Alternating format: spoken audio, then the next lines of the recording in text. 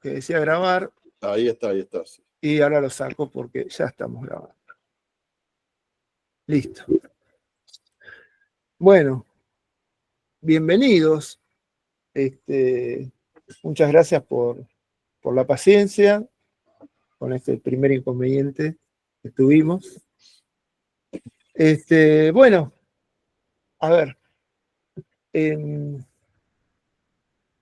Este es un espacio de reunión, de diálogo, que pensamos junto con Yamar y Manuel, con la idea de que se manifiesten en este espacio las distintas estéticas de la Via Yala, los distintos caminos estéticos que se siguen en la Via Yala. Entonces, lo primero que me gustaría decir, antes de darle la palabra a Yamar y Manuel, es que creo que necesitamos redefinir la palabra estética que, digamos, le está dando un marco teórico a esta reunión, le está poniendo el nombre, y que en lo cotidiano muchas veces consideramos lo relacionado con la estética como lo superficial, cómo se ve algo, la exterioridad. Y el sentido que le damos acá en este espacio a esta palabra indica casi que todo lo contrario. Tiene que ver con una interioridad. Tiene que ver con la aistesis, que de ahí viene el nombre, ¿no? Que es una emoción. Una emoción que es la que nos vincula con la realidad, nos conecta con la realidad. Es la emoción que sentimos los seres humanos. En realidad, todos los seres vivos, podríamos decir, eso es para debatirlo en otro momento, pero vamos a centrarnos en nosotros. Es la emoción que sentimos al descubrir una realidad que nos parece relevante, nos parece bella o fea, según la emoción que nos produzca. Y esta emoción, esta aistesis, traza un camino que nos conecta con esa realidad, una dirección. Y como toda dirección, hay dos sentidos posibles. Hacia la realidad, que nos acerque, que si es que nos gusta, vamos hacia esa realidad, la consideramos bella, o el sentido opuesto, nos alejamos si la consideramos fea, si nos disgusta. Y a partir de esa relación que tenemos con nuestro entorno, es que tomamos esas decisiones que construyen nuestra vida y nuestro sentido de vida. ¿Qué cosas nos gustan, qué cosas nos disgustan, hacia qué cosas vamos y de qué cosas, en todo caso, nos alejamos? Ese es el sentido que le estamos dando a la estética. Entonces, lo que estamos buscando es eso, un espacio donde dialoguen las distintas formas de vida posibles de la Via Yala. Encontrar la intersección entre esos caminos trazados por esas estéticas, por esos gustos, por esos sentidos de vida. Y al mismo tiempo, extender ese diálogo también a lo que serían los paradigmas y las estéticas propias del mundo occidental moderno, que, nos guste más o menos, a todos nos atraviesa, de distintas maneras, mayor o menor medida. Entonces es también establecer un diálogo entre estas diferentes maneras de vivir.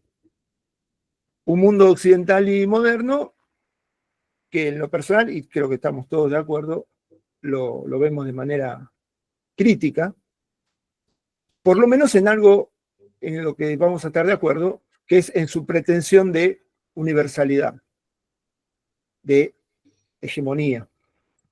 porque a través de esa universalidad pretendida, desconoce otras formas de vida, otras emociones, otras estéticas. Y eso, por supuesto, estamos todos de acuerdo que en absoluto es deseable. Entonces, bueno, creo que básicamente quería decir esto como para empezar y darle un marco a estas reuniones que tienen que ver con, en definitiva, eso. Escucharnos mutuamente,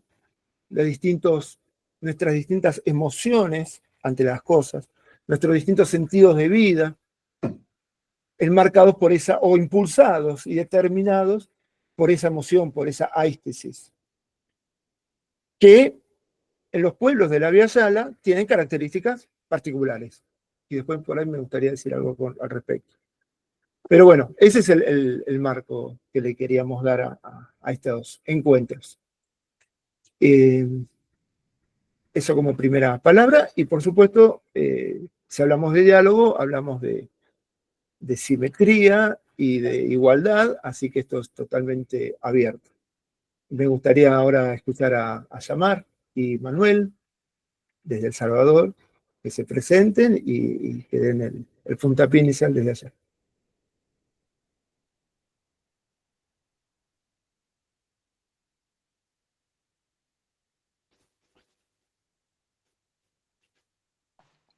A ver, ahí está.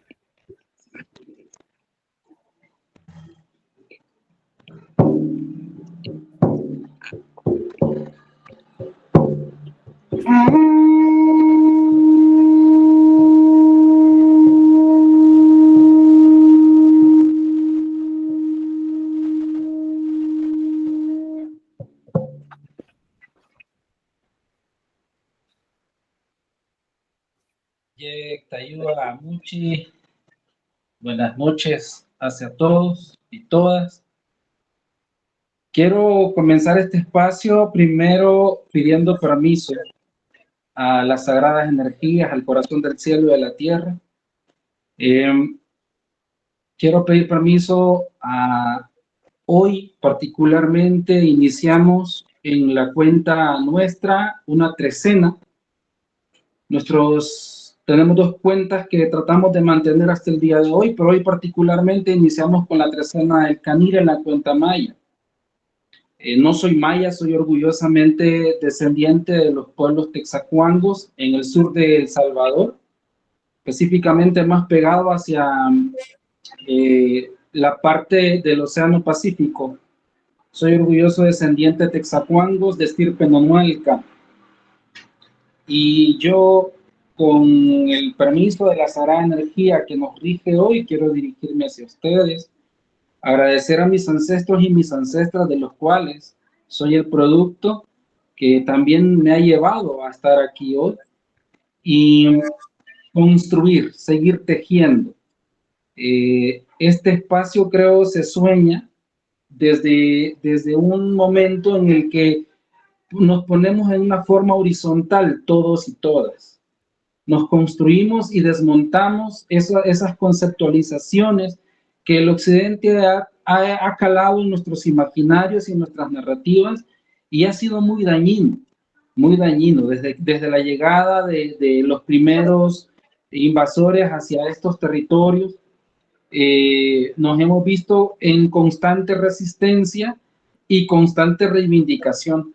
Por eso saludar en mi lengua ancestral, sonar mi caracola, sonar el tambor, es un acto político también, es un acto reivindicativo que, como decía Roberto, esas estéticas también nos las plasman, y esas estéticas también nos van haciendo entender que hay otras formas de comprendernos más allá de lo que el occidente ha tratado de incrustar en nuestro imaginario. Creo que es el momento en el que comenzamos a desmontar ciertas cosas, y hasta cierto punto esto se vuelve un esfuerzo. Voy a usar una palabra que realmente ya hasta cierto punto ya estoy cansado de usar, pero que es importante usar. Esto es un espacio para decolonizar también. porque resulta que ahora lo de colonial ya se ha hecho más colonial, una nueva forma de hacer colonialismo, ¿no? Y trato de ocupar de colonial indígena como un aditivo que me haga ver que estoy en una onda que me abro, pero sigo viendo y poniendo por encima la comprensión occidental, blanca, machista, patriarcal, por encima de cualquier cosa. Entonces, al final caemos en réplicas y solamente le damos vuelta a la camiseta para ponérnoslas al revés, pero sigue siendo la misma camiseta. Entonces, este espacio es importante, creo yo, porque nos abre y nos conecta. Nos abre y nos hace un rizoma que se va extendiendo. No sé si conoce, bueno, en Brasil le conocen como la mandioca, nosotros acá le llamamos yuca, no sé cómo le llaman, no sé cómo le llamarán a este tubérculo que es largo, ¿no? que se consume mucho en nuestros pueblos. Nosotros consumimos mucha yuca en nuestra región.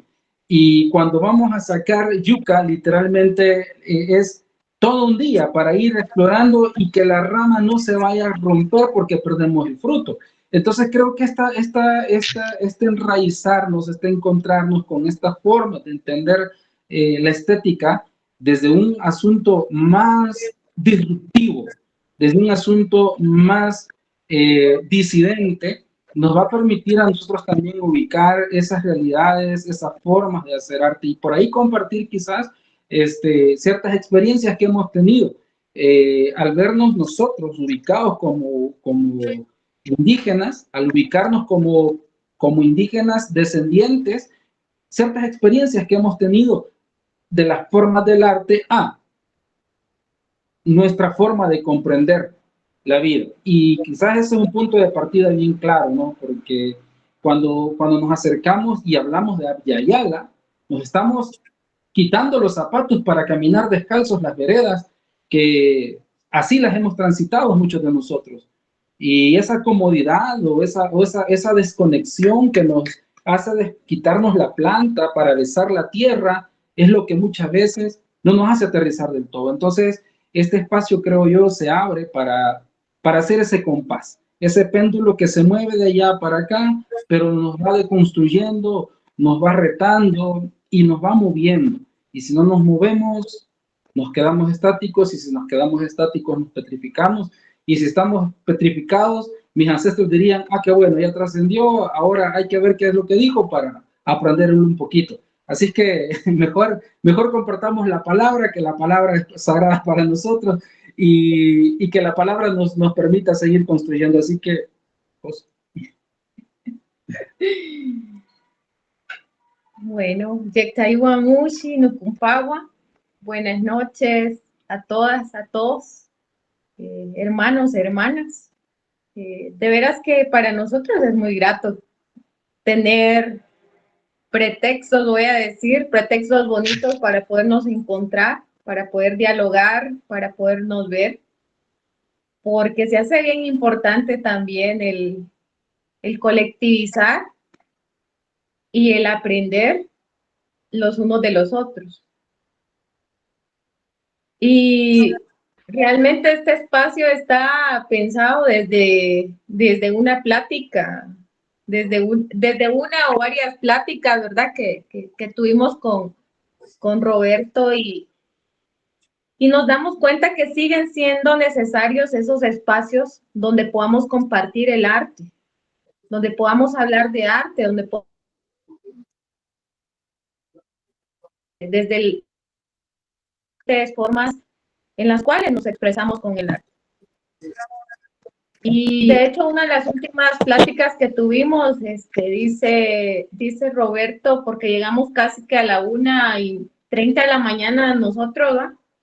Y dice Roberto, hubiese sido genial haber grabado esta plática y poderla compartir con todos los que se van a hacer presentes en las siguientes charlas. Porque cuando uno empieza a hablar de lo que le gusta, muchas veces las horas no alcanzan, ¿verdad? O sea, se van extendiendo y hasta para Roberto ese día ya era bastante noche, hasta la hora de la comida se le había pasado. Entonces, por eso este espacio, porque el mundo necesita está urgentemente necesitado de que también nosotros podamos contarles desde dónde es que nos movemos y desde dónde caminamos. Y fíjense que algo bien bonito, bien curioso es que la mayoría de personas, independientemente de la edad, el estudio académico o el lugar donde se mueve, hay una cosa en la que siempre convergen las formas de pensamiento, y se los digo por qué.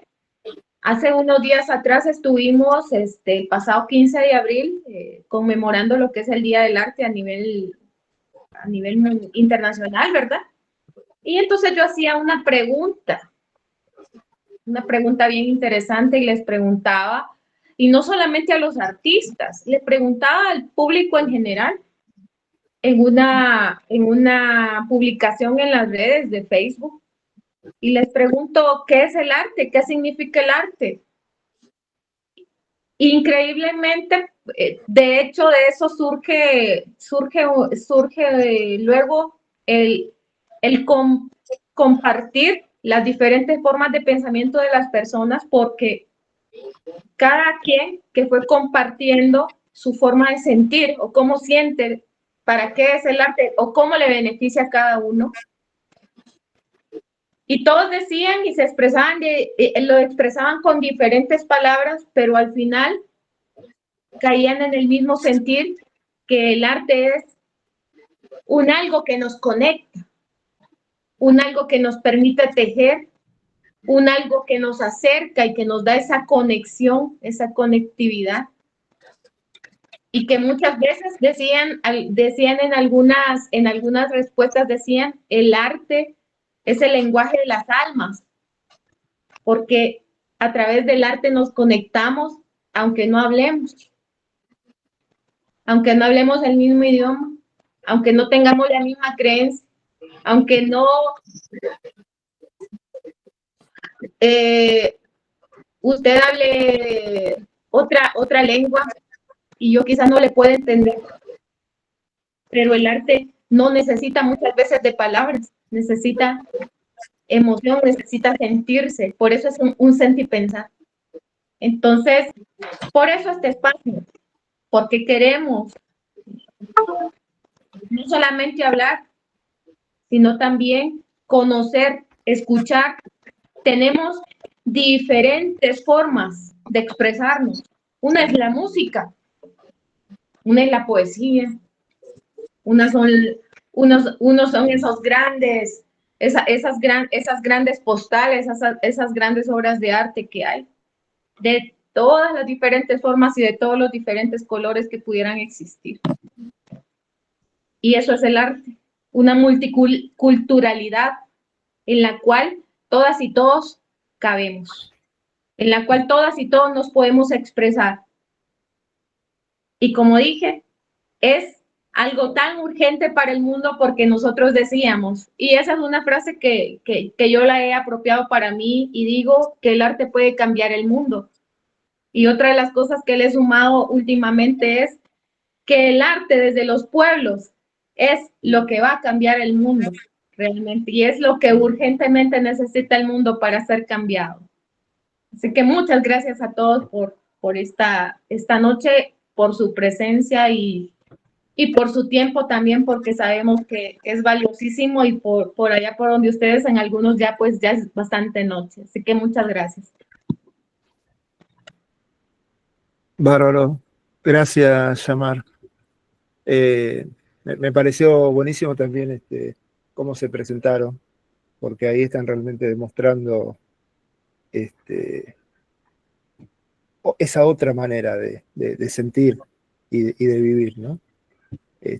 Como bien dijiste, a través de la música, de esas palabras que tienen su sonoridad propia y que transmiten a partir de esa sonoridad, aunque no entendamos el significado arbitrario, pero sentimos el sentido que da la musicalidad de esas palabras y de la poesía. Así que me parece buenísimo. Y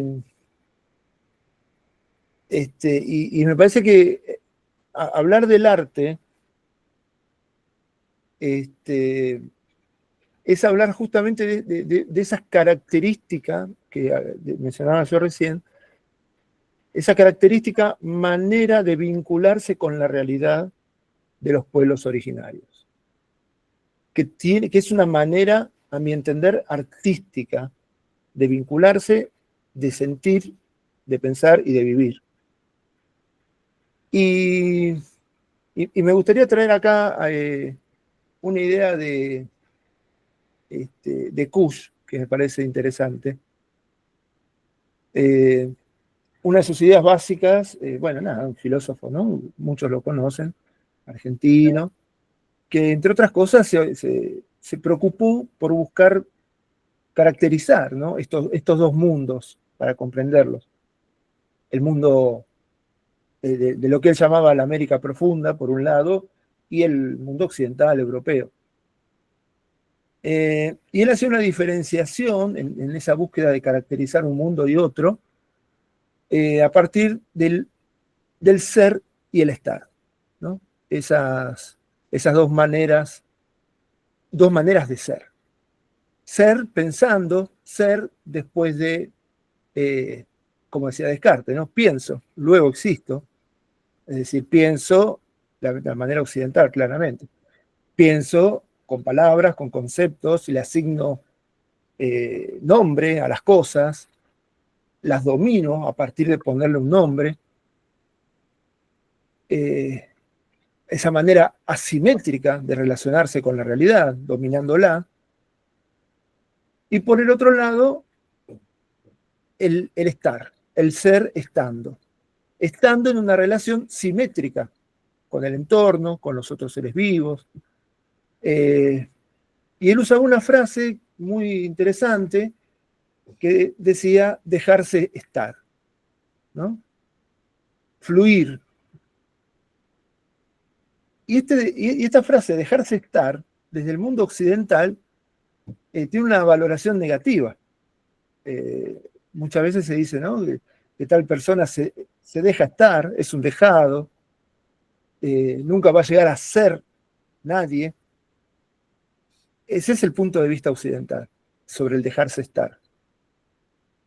Y sin embargo hay un ámbito dentro de este mismo mundo occidental, moderno, en el cual no tiene esta valoración negativa el dejarse estar. Y justamente es en el ámbito del arte.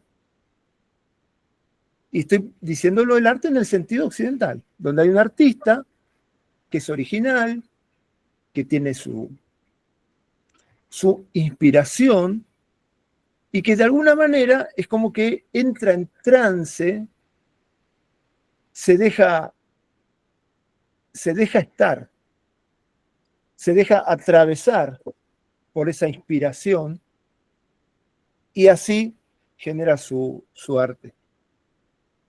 Quiero decir, hay una similitud entre la actitud del artista visto desde Occidente, que se deja estar, que se deja llevar por la inspiración, como poseído.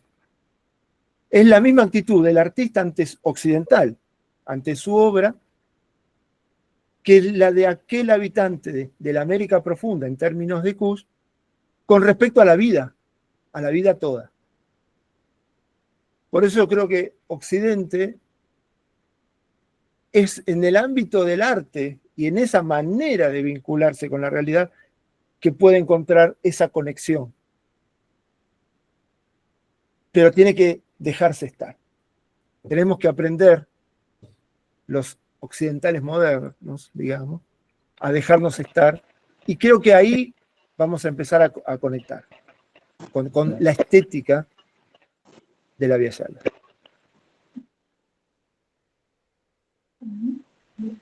¿Alguien quería comentar algo? Sí, perdón, Roberto, Sí, me dejaste. adelante. Por favor. Fíjate que cuando pones, digamos, sobre la mesa estas piezas para ir armando este rompecabezas, hay algo que muchas veces ha costado entendernos a nosotros como indígenas, porque desde el occidente separas justo y pones, bueno, el mismo método científico te enseña, ¿no? Que si la ciencia no te lo comprueba, no existe lo que estás argumentando, ¿verdad? Y también pasa que cuando nosotros empezamos a entender la vida desde nuestros principios, porque, bueno, voy a hacer paréntesis, un paréntesis que creo que es válido. O sea, yo me di cuenta que yo era indígena hasta que fui a la escuela, por ejemplo. O sea, yo crecí en mi entorno y yo era un niño normal que estaba creciendo en mi comunidad y me doy cuenta que soy indígena porque en la escuela me enseñan que soy indígena. Porque los indígenas hacen lo que empezaron a enumerar que hacen los indígenas y dije, ay, chanfle, yo soy indígena, no lo sabía. Y a partir de ahí comienzo a entenderme que soy indígena y me pongo una etiqueta que el occidente establece.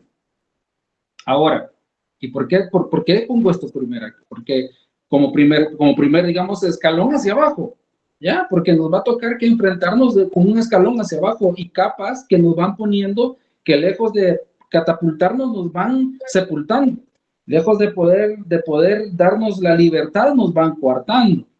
Entonces, esto es importante porque en la manera que comprendemos la vida, también vamos a comprender y a plasmar los mensajes que nosotros llevamos. Nosotros entendemos la vida como un todo, ¿ya? Y la parte espiritual no puede estar desapegada de la parte material. La dualidad y la complementariedad a lo largo de todo el continente, la Vía Yala, el Semanáhuac, como le llamamos nosotros, nos va a poner en alto relieve que lo físico y lo espiritual o lo no tangible están al mismo nivel y tienen la misma categoría. No hay nada que esté separado. Por lo tanto, yo desde mi sentimiento también puedo crear y entender. Desde mi forma de sentir, y esto es algo que creo que es importante ponerlo aquí como alto relieve, es que a nosotros no nos enseñan a entender el mundo, nos enseñan a sentirlo y a experimentarlo, ¿ya? Por eso es que de repente no se logra comprender del todo, por ejemplo, el asunto de cómo explicamos la policromía, por ejemplo. Los contrastes están basados en la naturaleza, no están basados en una paleta de color porque es la abertura que el ojo de humano mira. No, estamos desde otro lado. Comenzamos nosotros a entendernos con esa conexión de la tierra.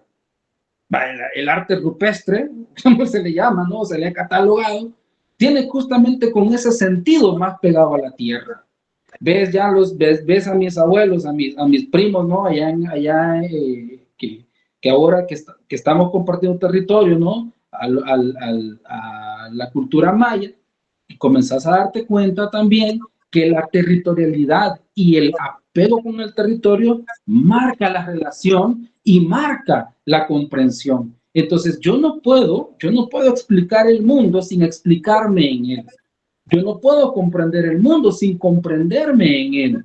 Yo no puedo exteriorizar sin antes haber interiorizado. Yo no puedo, así, y no lo puedo entender y comprender desde un momento en el que yo explico el mundo, de lo bello, por ejemplo, que te empiezan a dar teoría de lo bello. No, para mí todo es bello. Para mí todo es hermoso. Aún, o sea, y fíjate, soy descendiente nonoalca, descendiente de texacuanos. Para nosotros la vida se compone de dos cosas que están en constante ejercicio. Uno es la creación, la destrucción y la recreación. O sea, esos tres componentes, o sea, una cosa te lleva a la otra y la vida es eso, ¿ya? Y aún el desorden, que aparentemente es desorden, siempre tiene un orden. Nada es inexplicativo, ¿no? Entonces, es ahí donde comenzás a entender y a ver que las cosas no siempre son como nosotros las percibimos o como tratan de cuadricular nuestra mente y explicarnos, ¿verdad?, lo que es bonito. Entonces, creo que hay repetidas ocasiones en las que en diferentes países han hecho el ejercicio de poner a niños a elegir qué es lo bonito y qué es lo feo con muñecos de colores. Y resulta que los niños siempre se deciden por la muñeca que tiene la supremacía blanca, que tiene ahí, empieza, ¿no? Y empieza a decirte, ¿por qué? Ah, porque eso es lo bonito, ¿no? Y vos como sos, querés sos como este, sos como aquel. No, yo soy como este, aunque el niño en su test sea diferente, ¿ya? Porque la estética que nos han implantado nos ha hecho poner escalones en los que simplemente vas a desacreditar, vas a pasar por alto, te va a subyugar. Y por eso es que nosotros constantemente siempre decimos, es cierto, está la frase, ¿no?, que dice que la historia está escrita por los vencedores, ¿verdad? Y eso es algo que siempre se repite, decimos, y nosotros le agregamos algo más. Sí, pero esa historia va a ser válida solo si se reivindica a los vencidos, entre comillas, ¿ya? Porque de lo contrario, seguimos perpetuando una forma discriminadora, segregadora, una pared en nuestra mente que todavía se muestra. Y el arte tiene la capacidad de desmontar, de apartar, de quitar, porque tanto la plástica, que es algo que aporta mucho, como el arte sonoro, como el arte escrito, trascienden y llegan más allá de lo que nosotros nos imaginamos. Entonces, creo yo que esta situación nos lleva a entender que estos caminos estéticos de la Via Yala nos van a hacer encontrar con un reto bien grande. A veces vamos a encontrar con peñascos que hay que subir y vamos a ver cómo los subimos, pero hay que subirlos. O de repente con hondonadas que hay que bajar y no sabemos cómo bajar, pero hay que bajarlas, porque de lo contrario, creo que nos quedamos solamente con situaciones que nos mueven momentáneamente, mas no generan cambios o esfuerzos, vamos a decirlo así, o pasos significativos que nos propongan, que nos lleven hacia dos cosas que son claves ahorita y en este contexto lo tenemos. Uno es la recreación o la co-creación de conceptos que nos garanticen una vida más justa y una vida más viable en este sistema que nos han hecho meternos. El arte tiene esa capacidad. El arte tiene esa capacidad.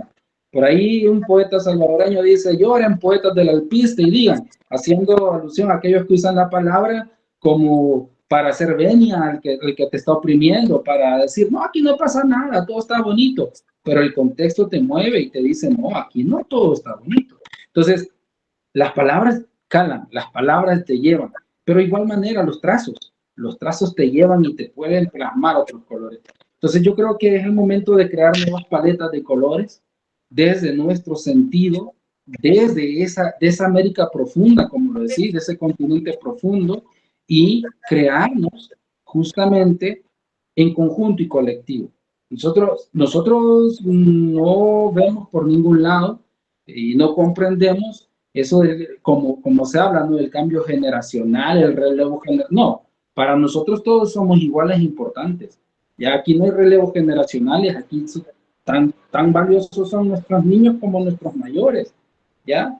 Y los que estamos en medio tenemos la responsabilidad de cuidar a los pequeños y a los mayores, ¿ya? De escuchar a los mayores y escuchar a los niños, entender a los mayores y entender a los niños, para no olvidarnos de dos cosas, que venimos de allá y vamos para allá, ¿ya? Y así como mantenemos el tejido de la vida, ¿no? Entonces creo que por ahí nos presentamos un reto muy grande cuando nos hablas de la América profunda. Sí, sí. Bueno, una de las cosas que dijiste, que la vida sea viable, sustentable, ¿no? Y yo creo que eso tiene que ver con ser inteligentes, que es todo lo contrario a ser fetichistas. Es decir, ¿no? No negar, no encerrarse, no tener una visión acotada. Y ahí está el problema que yo creo propio de Occidente, que tiene que ver con su característica dominante, avasallante, dominadora, invasiva, y que niega y desconoce otras formas de vida, otras estéticas, otras formas de sentir.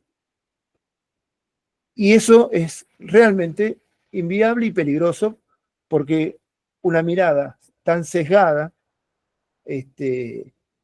no permite ver otras salidas mejores, no permite ver los peligros reales y nos pueden llevar directo al abismo, ¿no? Y yo creo que ese es por ahí pasa un poco el problema.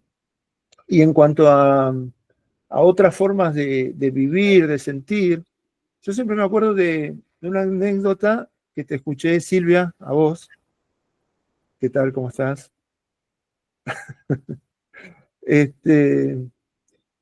Que realmente creo que refleja una manera de ser estando ante la vida, que es esa anécdota de una vendedora de no sé qué cosa, te la escuché un par de veces, que había una persona vendiendo, una persona en una comunidad indígena, y pasó alguien, le preguntó cuánto valía lo que estaba vendiendo, le dijo el precio, ¿cuántos tenés?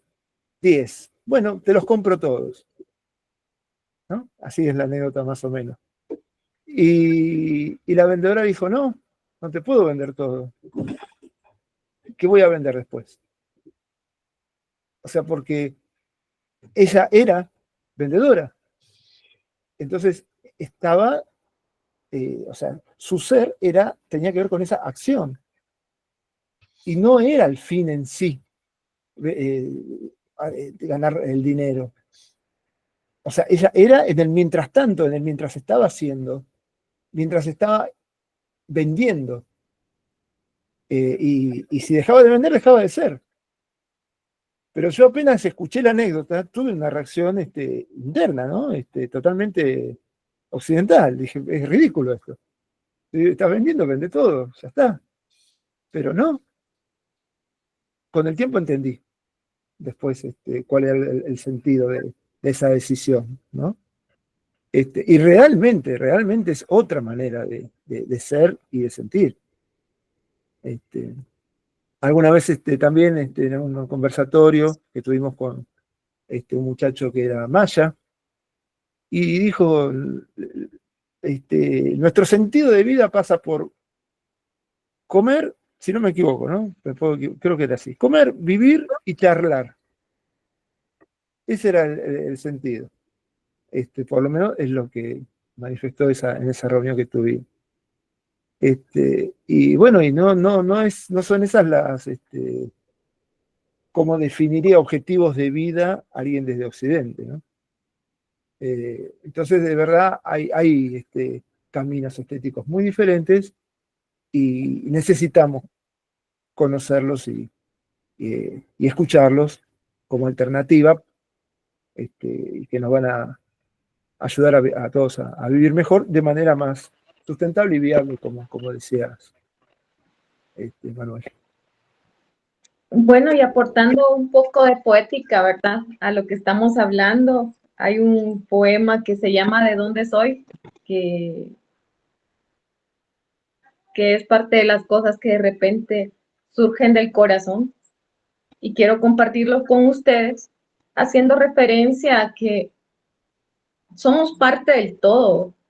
No podemos desapartarnos ni siquiera podemos desconectarnos los unos con los otros, aunque estemos en diferentes espacios y lugares. Y creo que el tratar de ir en contra o desconectarnos los unos de los otros y tratar de poner esas barreras y esos límites, porque soy, porque no soy, porque tienes, porque no tienes, es lo que nos está llevando y lo que está llevando a esta humanidad a deshumanizarse tanto, a tener más confianza en una máquina, tener más confianza en lo que es la inteligencia artificial, que tan de moda está ahorita, porque somos o estamos tan bien alineados en cuanto a desconfiar del otro, el creer que la bondad ya no existe, el creer que la solidaridad ya no es parte de la vida, el creer que el amor y el respeto son romanticismo y cursilerías que ya no tienen que aplicar en nosotros, cuando el ser humano no se puede desprender también, no solo de esa conexión con los otros, sino que también de esa parte espiritual que tiene, porque el ser humano, independientemente de su creencia, de la forma en cómo lo manifiesta, también es un ser espiritual. Entonces, un poquito, ¿verdad? Para aportar quizás también con mi poesía y luego también quisiéramos escucharlos a ustedes, quisiéramos conocer qué piensan, ¿verdad? Qué están valorando de lo que están escuchando y bueno, el poema se llama ¿De dónde soy? Y dice así, de donde vengo, se habla con los pájaros y las montañas. Se abraza al hermano árbol y las noches de luna llena son para danzar. De donde soy, nadie es más que nadie. Nunan Sintal es la madre de todos. Eso nos hace hermanos de la misma raíz. No tenemos miedo de ser diferentes. De donde vengo, la sangre es del mismo color. No hay pobre, no hay rico. Todos nos miramos sin distinción. De donde soy, sanar es curar con las plantas. Bailar te libera el alma. Sanar es cantar. Rezar es abrazar a mi hermano, sea animal o sea humano.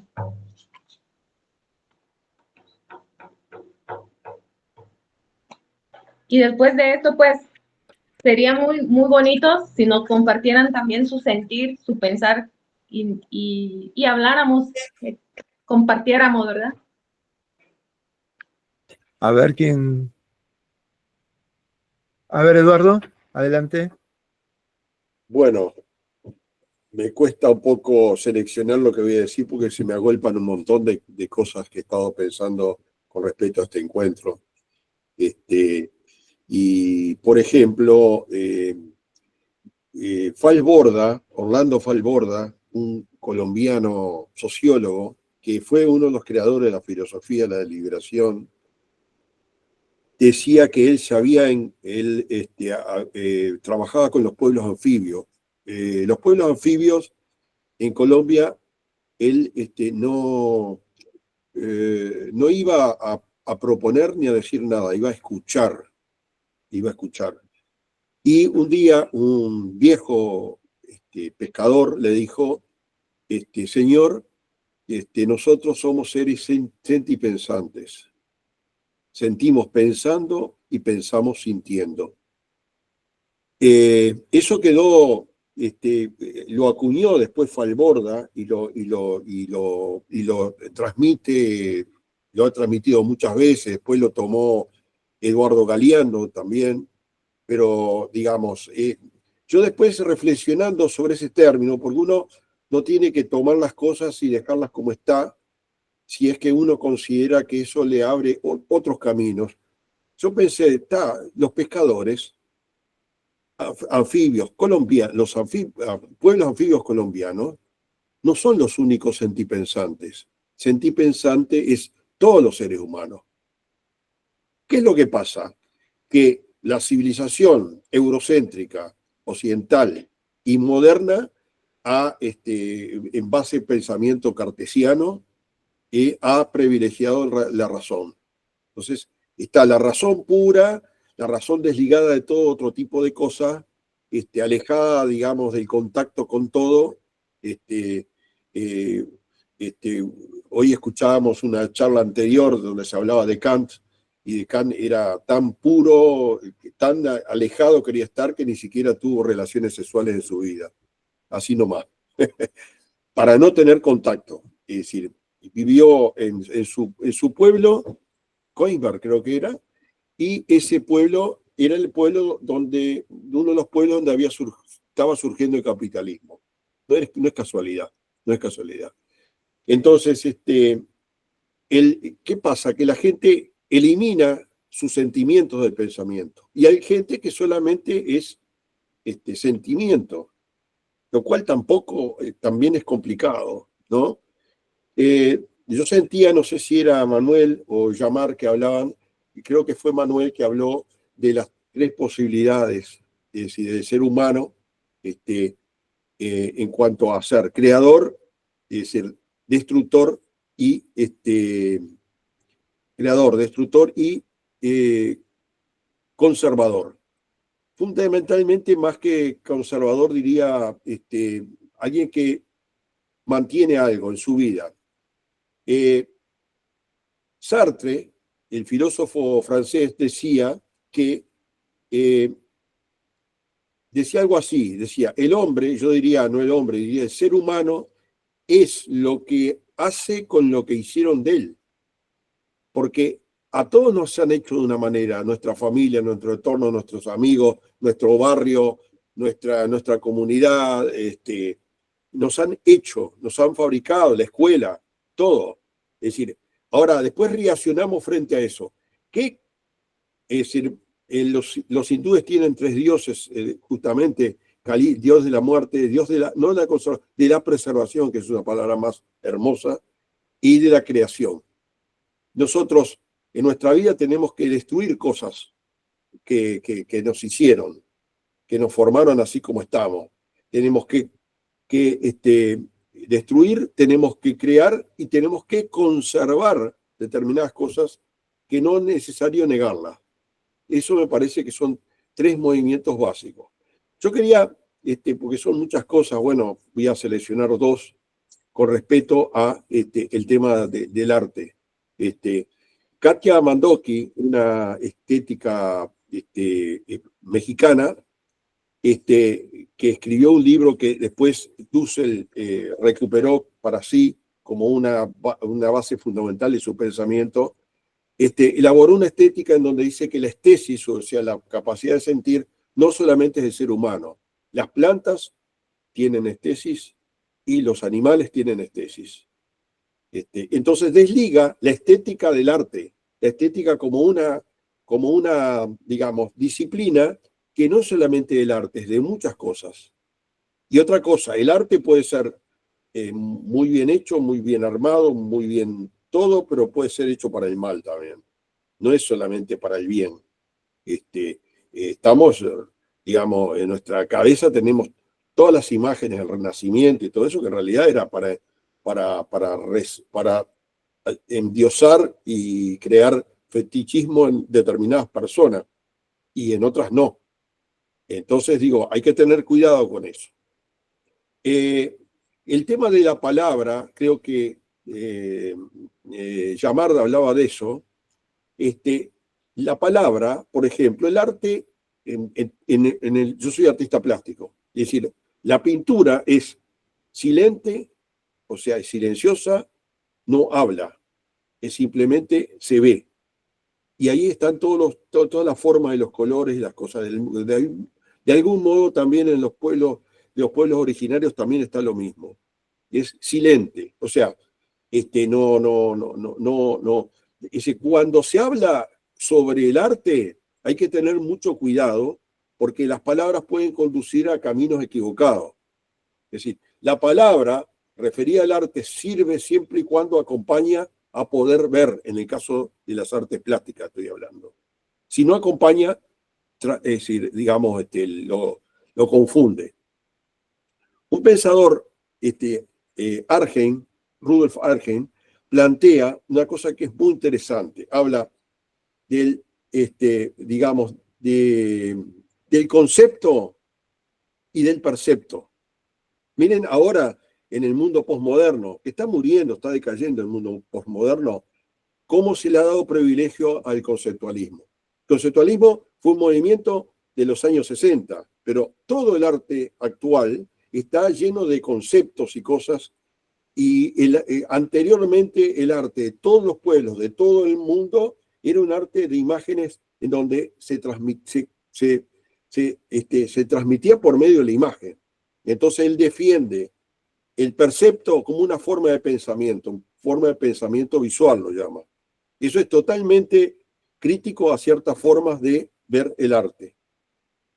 Bueno, no sé, no me quiero extender más porque hay muchas cosas y voy a dejar pasar la palabra a otros compañeros y compañeras. Gracias, Eduardo. Gracias. A ver, no hace falta tampoco hacer una reflexión. A ver, Luis. ¿Qué tal? Buenas noches. Buenas noches. Muy agradable el momento y bueno, compartir esa felicidad de encontrarme con ustedes esta noche hoy.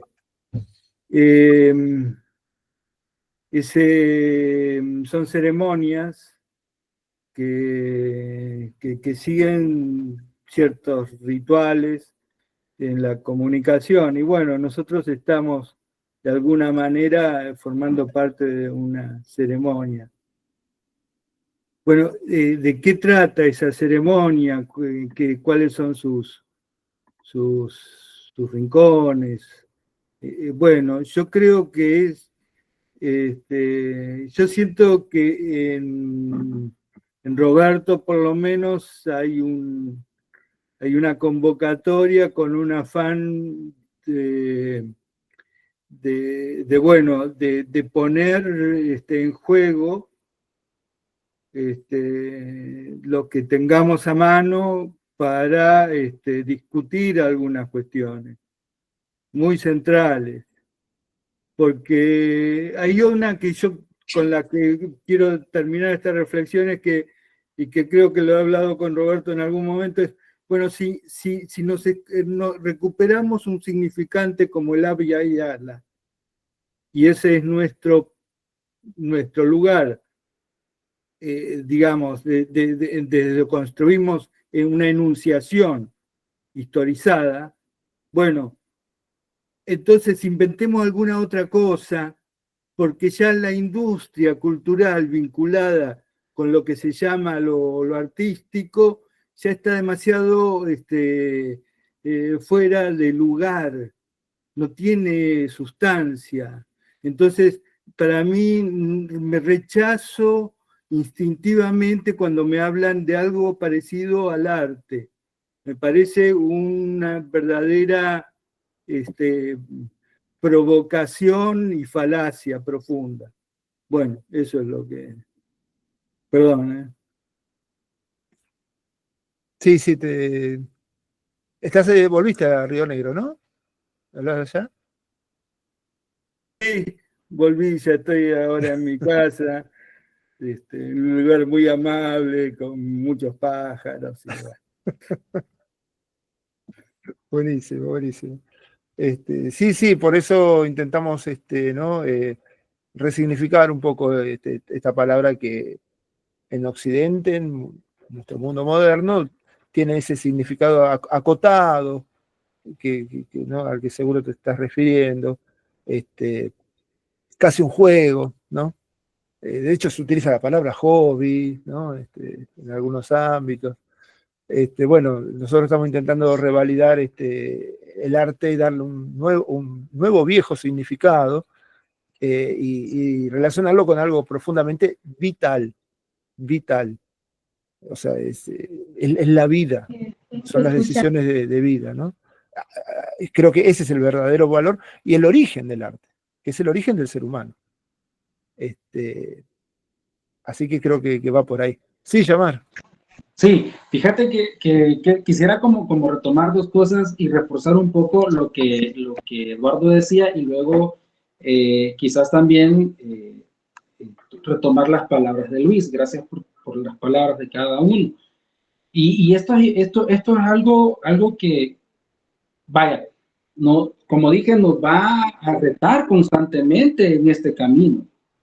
Porque vaya, para nosotros, y yo lo entiendo así, o sea, yo guardo secretos de mi bisabuela para sanar con plantas.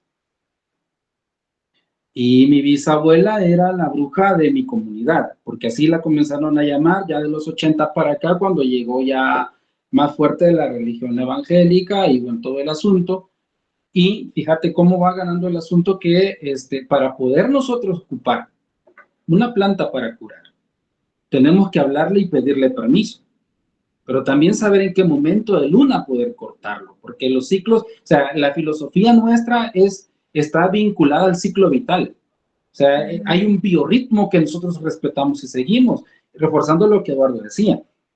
Por eso nosotros podemos sentir el entorno, porque tenemos conciencia de que todo tiene conciencia, todo tiene corazón, todo está vivo. Entonces ya desde allí comenzaste ya a tener un asunto totalmente que te contraría cuando ves que en el sistema capitalista te han hecho creer que todo es mercancía y puedes hacer uso de ello, ¿ya? Entonces, eso desmonta varias cosas de entrada. De igual manera, para nosotros es posible sentir y pensar, porque para nosotros la vida tiene una conexión y es una espiral que está en constante abertura y en constante cierre. Entonces, esa dinámica que, para explicarte otro tema, es el equilibrio. Desde el occidente ves el equilibrio como un punto muerto. O sea, está equilibrado, te dicen, porque la balanza está en un punto muerto. Para nosotros el equilibrio no es ese, es una oscilación constante en la que nos movemos, porque si no, el mundo se va a un caos que no soportaríamos nadie. Entonces, esa situación del sentipensar, que es más o menos lo que responde a ese concepto que se le da de que porque nosotros somos sentipensantes, es porque entendemos el sentipensar traspolado hacia el entorno, ¿ya? Y desde allí podemos conectarnos con el entorno porque la piedra también respira, ¿ya? La planta escucha, el animal también tiene conciencia, y creo que en algún momento lo he compartido en otros espacios, ¿no? Y la bisabuela con la que estuve más cercana me decía, fíjate que a ustedes les enseñan en la escuela que el hombre está por encima de los animales, me decía la abuela, la mamá Tere. Y fíjate cómo son ustedes, me decía la abuela, yo no quisiera que fuera a la escuela, porque fíjate cómo son. Mira el chucho le decimos al perro, mira el perro no necesita ir a la escuela para aprender a ladrar, hijo. El pez no necesita ir a la escuela para aprender a nadar. Todos ellos ya tienen su inteligencia y su conciencia desarrollada del lugar que ocupan en el entorno. En cambio, ustedes sí tienen que llevarlo para allá para que le enseñen a hablar. No, usted no le están enseñando a hablar. A usted lo están amaestrando para callar. A usted tienen que enseñarle a las matemáticas para aprender a contar. No, a usted no le están enseñando a contar. A usted lo que le están enseñando es ver cuánto no puede alcanzar, hijo. Así es que esa escuela no le crea todo lo que le digan. ¿Ya? Porque para eso ha sido el modelo que hemos heredado del sistema educativo. Ahora bien, fíjate que nosotros, y voy con el tema que Luis decía, desde hace rato venimos resignificando muchas cosas. Por ejemplo, hay una fecha que en El Salvador es el etnocidio de 1932, es el más reciente, que hemos tenido directamente, es un hiperstimicidio, es etnocidio, todo lo que quieras ponerle, porque el solo hecho de hablar tu lengua y tener tu indumentaria era objeto de muerte. O sea, el simple delito era ser indígena. Ahí hay toda una narrativa que se ha creado, es una narrativa creada desde la oligarquía, desde los que tienen el poder, desde el Estado, ¿ya? Y se ha hecho toda una narrativa referente al etnocidio y se ha ubicado solo en una región del país. Pero solo en mi pueblo, acabaron con el cabildo, que era lo último que quedaba. Ya todos los líderes de la comuna los acabaron y los mataron. Y eso no se registra, Entonces, ¿qué ha pasado y por qué traigo a esto? Porque 1932 se volvió un emblema que comenzó a llevarse, ¿no? A llevarse, y bueno, se se trataba de reivindicar desde esfuerzos diferentes, de las izquierdas, de actos folclóricos y de todos, pero cayó en eso, en una reproducción folclórica que cuando vos llegás a una conmemoración del 32, si vas, por ejemplo, a un asunto de grupos indigenistas, te vas a encontrar con presentaciones folclóricas que nada tienen que ver con nuestra territorialidad, ¿ya? Si te vas a los espacios de izquierda, te hablan acerca del discurso de levantamiento desde el Partido Comunista, que sí hubo algo de participación, sí, no lo negamos, pero no fue el todo. Entonces, nosotros optamos por dejar de hacer ciertas cosas en nuestros colectivos, y dijimos, ¿saben qué? Paremos, va por 2 años y vamos a parar. ¿Por qué? Porque vamos a resignificar este asunto. Y los 2 años continuos nos han llamado, hey, ¿qué van a hacer ustedes? De diferentes medios. Nos han llamado, ¿no? Hey, ¿qué van a hacer? Decimos, no, nada. ¿Y por qué? ¿Sabes qué? Solo decía algo, que no vamos a hacer nada porque estamos resignificando la fecha. Y lo que están haciendo, todos los que lo hacen, no nos representan como pueblos descendientes de los abuelos masacrados. Entonces, creo que alguien por ahí hizo una nota, no recuerdo bien, pero no sé si fue un periódico digital, no recuerdo, pero alguien como que tomó la fecha para decir, están resignificando los pueblos, ¿ya? Entonces, porque creo que es importante las resignificaciones. Este momento nos llama a las resignificaciones. La coyuntura nos llama a resignificar. Y por eso hablaba yo de co-crear también, ¿ya? Co-crear. O sea, las experiencias del sur con las experiencias del centro, con las experiencias del norte del continente, ya nos deben de llamar a co-crear esos entornos que son urgentes y necesarios, ¿ya? Porque en este momento, o sea, hay que hacer un balance y veamos, por ejemplo, ayer nos deteníamos con llamar a ver algo acerca de la música y veíamos cómo la decadencia musical está llegando a niveles que ni siquiera son tristes, son asquerosos, ¿ya? Y ves, por ejemplo, que ahora ya no le atinas a qué, o sea, no se le atina qué es lo que le cantan, ya no se le atina qué es lo que hay. Decía alguien, no, es que ahora es suficiente con un sintetizador y 2 teclas y empezás a darle taca, taca, taca, ya no se acabó aquello del acorde, ya se acabó aquel si disminuido, aquel do sostenido aumentado 7, ya no existe, ahora un sintetizador y se acabó. Y de igual forma, ¿no? Se acabó la interpretación de cómo podemos ver, porque con la IA ahora ya un trazo te lo falsifica y se acabó y ahora cualquiera puede hacer eso, porque ya no está la pertenencia, el esfuerzo, la satisfacción. Y nosotros, fíjate que es algo que también quería apuntarlo, y aprovecho ahorita, nuestros calendarios nos marcan tiempos, ¿ya? Y estamos próximos a comenzar el tiempo que nos marcan los calendarios. No solamente es conteo del tiempo como lo entiende el occidente. Para nosotros la cuenta del tiempo está íntimamente relacionada también a la introspección, a poder plasmar. Y fíjate que ahorita, cabal, cuando comienza el tiempo de la siembra y termina más o menos allá por noviembre, que se recoge la segunda cosecha, a partir de ahí hay un tiempo en el que uno comienza su proyecto personal. ¿Ya? Y a veces es un tejido, a veces es una pintura, a veces es una escultura, lo que sea, pero tenés que llevarlo, porque durante el tiempo que no te permite la tierra sembrar, hay que plasmar algo, y muchas veces viene desde la experiencia de lo que acaba de pasar en la siembra. Entonces, nuestros textiles, nuestras pinturas, nuestros tallados, todo tiene una relación en cuanto al ritmo. Entonces, eso es lo que creo yo que nos plasma y nos monta también un reto, ¿verdad? En el que comenzamos a ver estas otras maneras, en el que, como decía Eduardo, ¿verdad? Muchas veces se cae solo en el sentimiento, ¿verdad? Y caer solo en el sentimiento, o sea, ubicarte solamente en un polo es desequilibrio y eso es peligroso. Entonces, no solamente puedes caer en la razón, tampoco, tenés que tener de las dos cosas, porque si no te perdés. Entonces, algo que es importante para nosotros, siempre nos enseñan, ¿verdad? O nos enseñaron las abuelas, ya nuestras comunidades tristemente se han desarticulado, pero hay 2 cosas que son trascendentales para nosotros, flor y canto. La flor como el resultado de un proceso de la belleza, y el canto como el resultado de la reflexión de la palabra. Entonces yo no puedo hacer algo que esté distanciado de mi palabra. O sea, yo tengo que ser íntegro con lo que soy, con lo que creo, con lo que yo digo. Yo no puedo estar divorciado.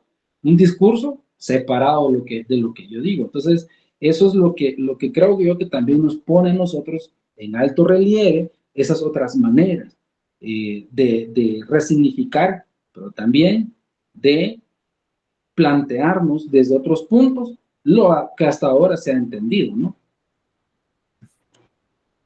Bien, gracias. Muchas manos levantadas. Hubieron un par, así que ya voy a empezar a repartir la palabra. Pero antes quiero... Enrique la tenía Sí, levantada. sí, sí. Enrique, después Carlos y después Silvia. Pero aprovecho para una pequeñísima reflexión, que si no después me olvido, muy chiquita. Me gustó lo de, a ver si entiendo, por eso también quiero decirlo, Manuel, algo que comentaste, con respecto al tiempo. Lo veo como vinculado a la transformación de cosas reales, al cultivo, o sea, a lo que cambia. Y el tiempo no se manifiesta si no hay cosas que cambian. Esa es la verdad. Pero en Occidente, y otra vez el concepto que se aísla, el tiempo existe independientemente de la realidad, como si fuese algo absoluto, aislado, omnipresente, omnipotente, y en realidad, si no hay una realidad material que se modifica, no hay tiempo, ¿no? Me parece que es interesante en el sentido que volvemos, ¿no? Me parece, a ratificar esa misma cuestión, ¿no? Cuando la palabra se aísla, gana espacio propio y se independiza de lo concreto real, ¿no? Que es lo que pasa cuando la razón se aísla de lo real material. Eso cortito. Enrique, ahora sí, finalmente.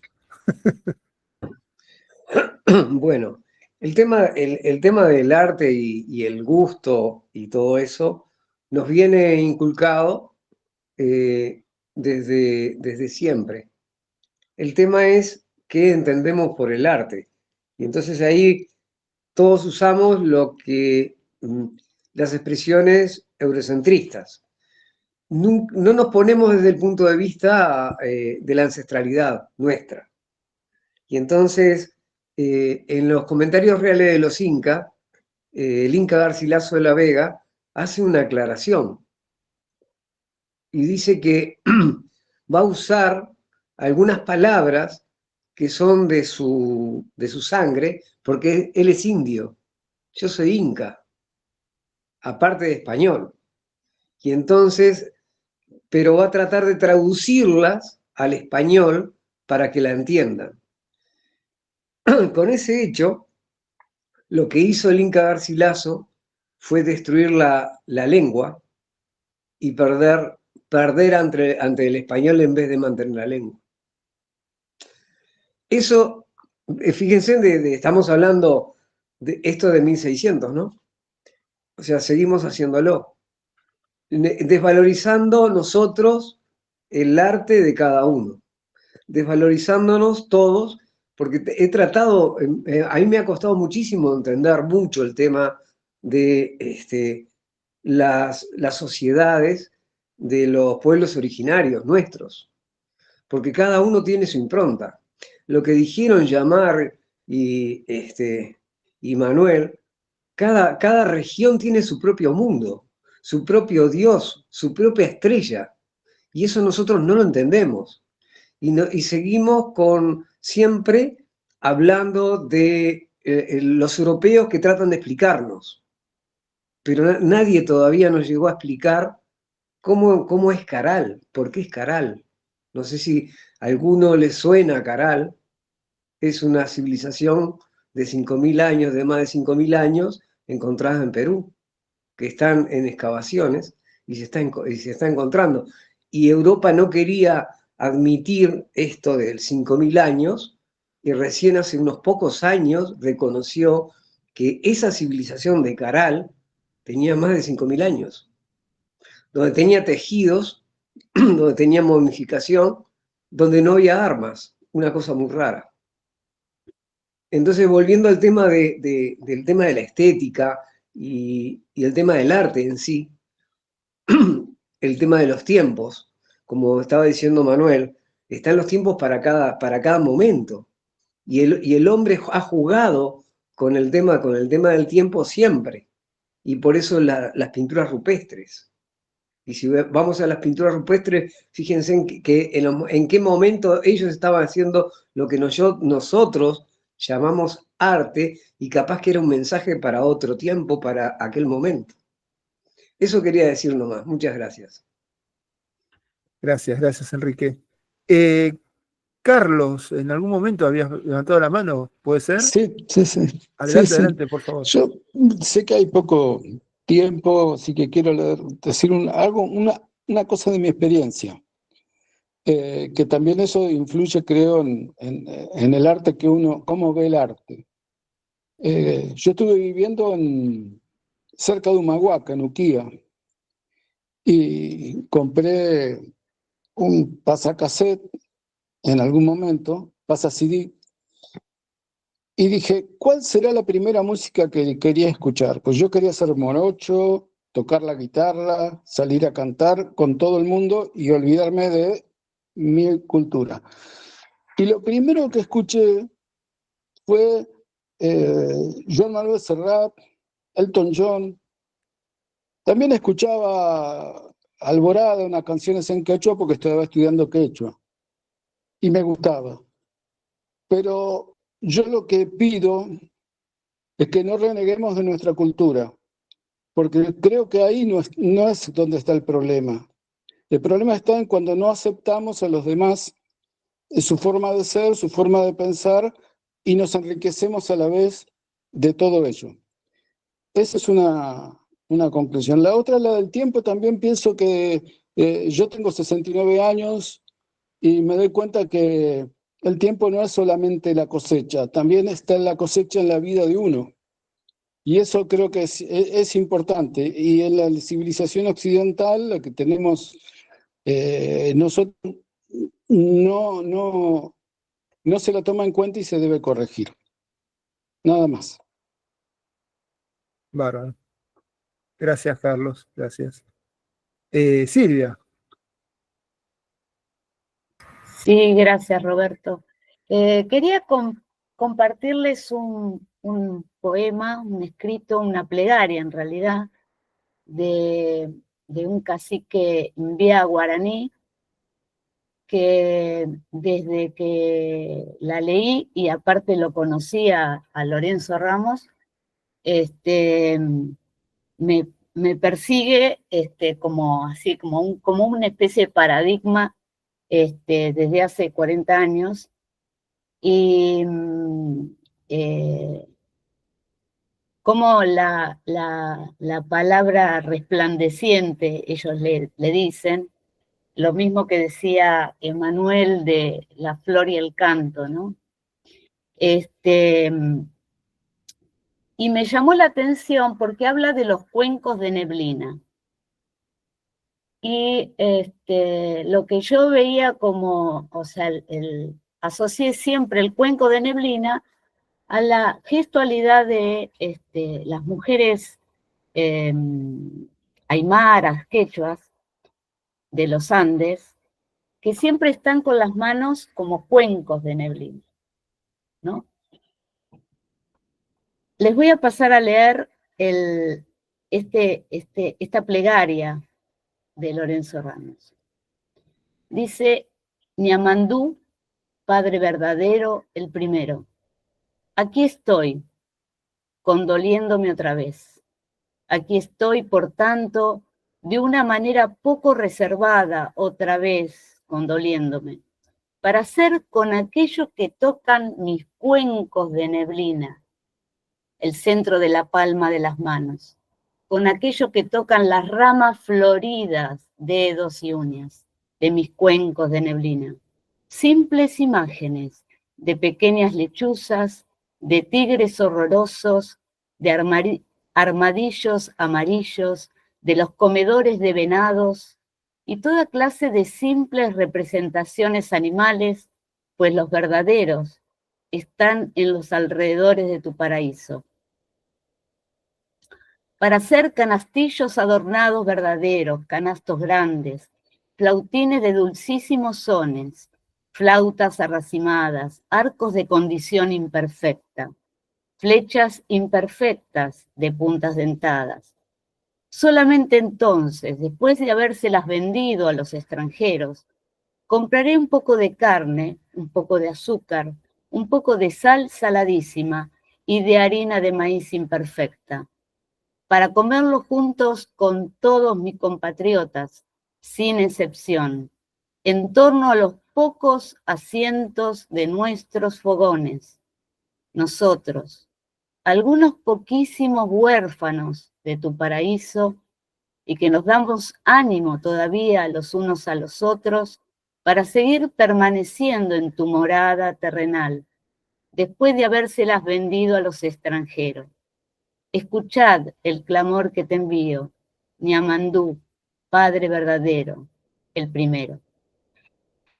La traducción del texto en el idioma de los Umbiá, la neblina es Hakaira Rutu Ete, Dios de la primavera y de la neblina vivificante, la tenue neblina que aparece a principios de invierno en la provincia de Misiones. Hakaira es quien pone en el centro de las manos para infundir vitalidad a los seres, y es mediante las palabras engendradas por la neblina de Hakaira, los mensajes divinos recibidos, que los médicos adquieren la buena ciencia. Y es entonces aquello que toca el trozo de madera que está siendo tallado en contacto con el cuenco de las palmas de las manos, que va a ser convertido en simples animalitos. Y es aquello que tocan las ramas floridas, dedos y uñas de las divinas palmas de las manos de los cuencos de neblina. Bueno, ahí terminaba quería explicar lo que eran los cuencos de neblina, lo que es la neblina, la importancia de la neblina como el aliento vivificante, ¿no? Y ahí cobró sentido para mí todo. ¿Por qué ponían las manos estas warmis en los Andes? ¿No? Porque en las manos tenemos justamente el poder creador. Pero también creo que así como ellos contienen en los cuencos de las manos la neblina vivificante, yo me considero, creo que el artista, no yo, cualquier artista, que está, que siente, ¿no? Y que está en una posición en el mundo permeabilizado. Esto es la aistesis, ¿no? Es la apertura al mundo. Es un canal, en realidad, ¿no? Su manifestación es un epifenómeno, es una huella de eso que nos atraviesa, ¿no? Y que es depositado en una tela, en una hoja o a través de la palabra. Bueno, quería compartirles eso. Gracias. Me quedé pensando y lo voy a volver a escuchar esto porque hay mucho ahí, pero hay que procesarlo también. Eduardo, habías levantado la mano. Tengo micrófono. Bueno, no hay que tenerle miedo a la palabra arte, ¿eh? Digo, para definir cosas.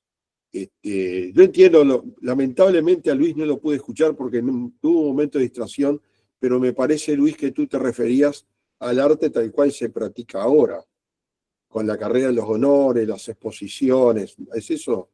Pregunto.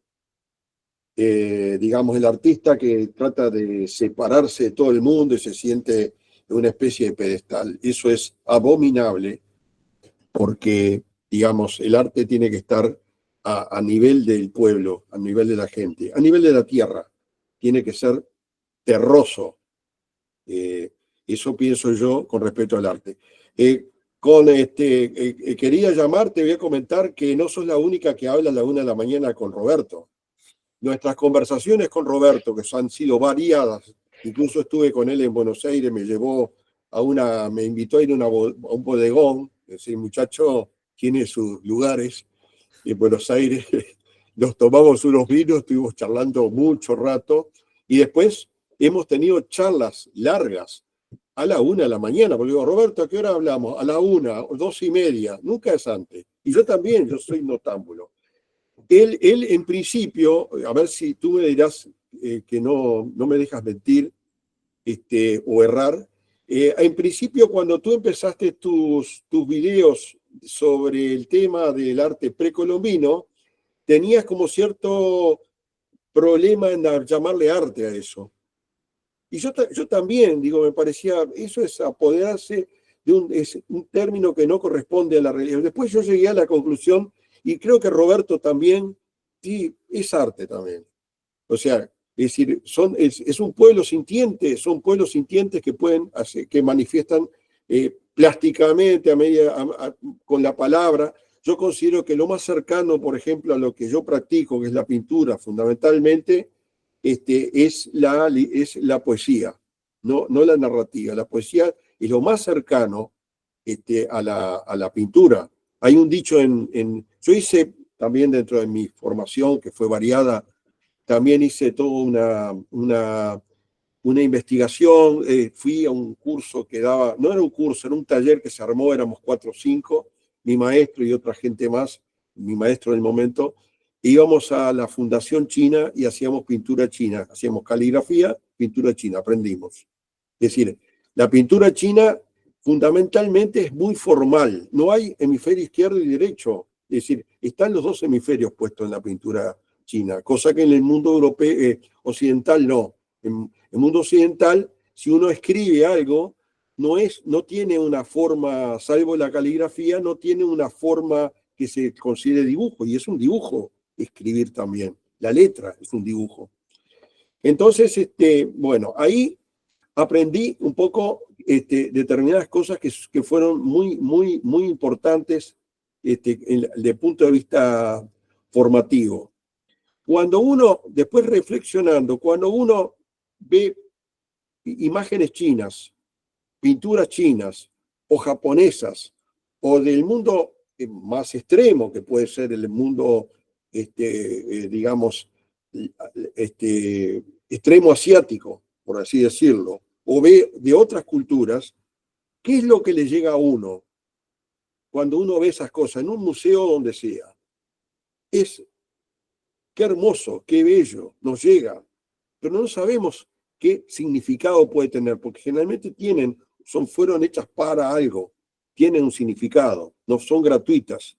Entonces, ese acercamiento es el acercamiento de la estesis, nos convoca y nos produce un impacto porque hay una relación de formas, de colores, de simetrías, de asimetrías, de esto, de lo otro, 1000 cosas que son un poco digamos, el quehacer del plástico o el quehacer incluso también del poeta, que nos llega. Es decir, ahora, nosotros no vivimos esa cultura. Para esa cultura eso tiene un significado que para nosotros se nos escapa. Entonces, está ese gran espacio que es común a todos los seres humanos, que es la áistesis, el Homo sapiens. Todo tiene esa capacidad de recibir y percibir. ¿Tá? También dije las plantas y también los animales. Katia Mandol lo explica muy bien. Entonces, digamos, perdón, me perdí un poquito. Entonces, ¿qué pasa? Hay otro estadio de la cosa que no es ese asunto de la universalidad de la éstesis, de ese sentirse conmovido con algo que uno no comparte como cultura, sino que es el espacio cultural de uno, en donde sí eso pasa a tener significado porque también interviene la palabra y todo eso. Entonces eso ya puede ser comunitario de una comunidad o puede ser más amplio de una sociedad. No hay que olvidar que las sociedades destruyeron las comunidades. Cuando hablamos de sociología, es la destrucción de lo comunitario. Hay que tener mucho cuidado. Yo creo que tendríamos que ir volviendo a la comunidad para rehacernos como seres enteros, volvernos comunitarios de nuevo. Es una cosa muy difícil de lograr, pero hay que hacer los intentos que nosotros podamos hacer, incluso yo que soy un citadino que vivo en la ciudad. Y el otro espacio es el mundo moderno, es el artista que se entiende a sí mismo, los demás no lo entienden, tiene todo un discursete y se luce con ese discurso que además no tiene mucho significado a veces, muchas veces no tiene significado, al extremo que yo me enteré que yo estoy viviendo en Montevideo, que en la Facultad de Humanidades, un docente amigo me dijo, mirá, los estudiantes y muchos profesores cuando escriben de tal modo que no los entienda nadie, para que no pesquen que no tienen realmente un conocimiento en profundidad. Entonces, se adora eso que no se entiende, porque si se entiende le parece que no cabe un lenguaje académico. Hasta ese punto hemos llegado de distorsión. Eso hace también que actualmente en Argentina, bueno, vimos con Milei el tema de liquidar todas las becas a los estudiantes de filosofía. La filosofía, las humanidades y todo eso están siendo borradas. Todo lo que es humano está siendo borrado por algo que probablemente se considere científico, pero la ciencia también decayó en tecnología. Es tecnología y es producción. O sea, vivimos en un mundo en donde lo que importa es el más y el menos, lo que cuesta, lo que sale, lo que es productivo. Pensar no es productivo, decíamos hoy, lo decía Manuel, digamos, creo que fue Manuel que decía, bueno, el estar siendo, el dejarse llevar, el artista. Me acuerdo que un tío me decía, vos estás pintando, pero no estás produciendo nada, no estás haciendo nada productivo. Y por lo tanto, no me lo decía, pero estás entrando en la vagancia. Bueno, y toda mi lucha de vida fue esa. Bueno, perdón, puedo hablar un montón de cosas. Se ríe. Gracias, Vamos a Eduardo. llegar a la 1 de la mañana, dice Eduardo. ¿Cómo? ¿Qué? Todavía Que no nos ni va a empecé. tocar que lleguemos a la 1 de la mañana. Por lo que yo no hablo mucho. Bueno. No. No, bueno, gracias. Siempre, mirá, a ver, hay un dicho que es la época del impresionismo. Decía, los artistas pintamos formas y colores, pero hablamos como cotorras locas, decía. Solamente, Roberto, antes que le des la palabra, creo que Edu la tiene levantada. Solamente algo para que nos quedemos pensando y vayamos como tomando esa reflexión de esta plática que ha tenido muchas reflexiones, por cierto. Decirles, estamos tan llenos de conceptos muy buenos, ¿ah? Algunos muy buenos, otros muy idealistas, otros muy soñados. Estamos llenos de conceptos y necesitamos volver acá a la hora. Necesitamos poner los pies en la tierra y necesitamos empezar a quitarnos todas esas capas que nos han puesto durante mucho tiempo y donde nos han venido indicando qué pensar, indicando cómo ver las cosas, cómo nombrarlas, cómo nombrarme, cómo verlas, cómo estar por encima de, para poder relucir, para poder sobresalir, tengo que estar por encima de, no importa a quién me lleve en medio, tengo que estar por encima de, pues irnos quitando todos esos conceptos, porque la verdad es que todas somos valiosos y valiosas, y todos entendemos, desde, como ya hemos dicho acá, desde donde nos tocó caminar, desde donde nos tocó ver, desde donde nos tocó la comunidad, donde nos tocó experimentar y vivir. También sería muy bueno que empecemos a guardar, pero no solo a guardar, a encajonar sino que también a guardar dentro de nosotros y empezar a sacar todo eso que no nos sirve, pero empezar a llenar de lo que sí nos viene siendo efectivo. Y hay conceptos que son muy buenos, como por ejemplo, les voy a mencionar uno que se nos olvida y es muy, no sé si lo conocen ustedes, pero es una de las cosas que se practica mucho en nuestras comunidades y son los círculos de las palabras. Y esto se trata de vivir en comunidad. Y aquí estamos justamente tomando un círculo de la palabra, retomando eso.